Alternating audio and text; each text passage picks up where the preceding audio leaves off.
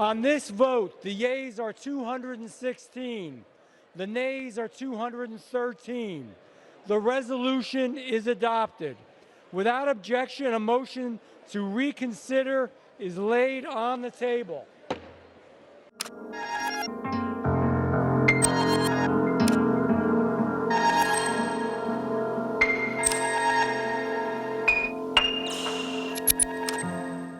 U.S. President Donald Trump's proposal to cut $9 billion in federal spending targeting public broadcasters was passed by Congress. The bill now awaits the president's signature. It includes major broadcasters like public broadcasting services and National Public Radio.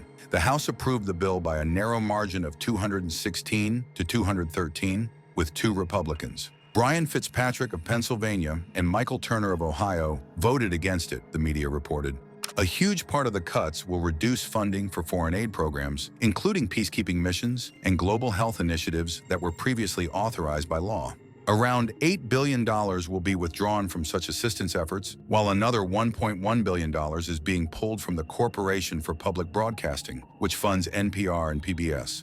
Russell Vought, director of the Office of Management and Budget, described the spending being eliminated as wasteful and unnecessary in the administration's request to Congress. Local public broadcasting stations, which rely more heavily on federal funding than national outlets, are expected to be hardest hit by the reductions. Congress passed the bill just before the July 18th deadline. Without approval, existing funding levels would have remained in place. The Senate passed the bill earlier in the week with a 51-48 vote. Trump celebrated the vote on the social media platform Truth Social, calling it a big victory and specifically highlighting cuts to atrocious NPR and public broadcasting. For Republican leaders, the measure was a small but meaningful step toward controlling federal spending.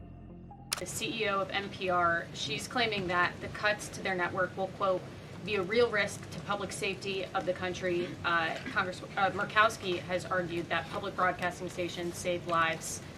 Could you respond to these concerns? The NPR CEO said cutting NPR will be a risk to public safety. I am not sure how NPR helps the public safety of our country, but I do know that NPR, unfortunately, has become really just a propaganda voice for the left. Just a few examples for you. In 2020, NPR refused to cover the Hunter Biden laptop scandal in the run-up to the election. They said their assertions don't amount to much, writing they did not want to waste the listeners' and readers' time on stories that are just pure distractions. That does not sound like an unbiased opinion. That sounds like a partisan opinion to me. And this is a taxpayer-funded organization. In 2018, that same CEO that you're talking about called the president in the Oval Office, who nearly 80 million Americans elected, she called him racist, shared a photo of herself wearing a Biden for President campaign hat, serves on the board of a Soros-funded activist group.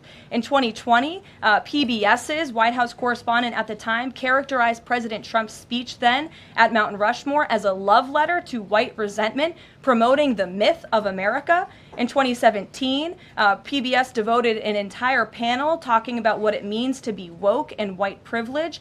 In 2023, PBS's Washington Week Roundtable covered up Joe Biden's clear mental divide. That's actually quite the clip. I would encourage all of you to look at it. These are not honest news organizations. These are partisan, left-wing outlets that are funded by the taxpayers. And this administration does not believe it's a good use of the taxpayers' time and money.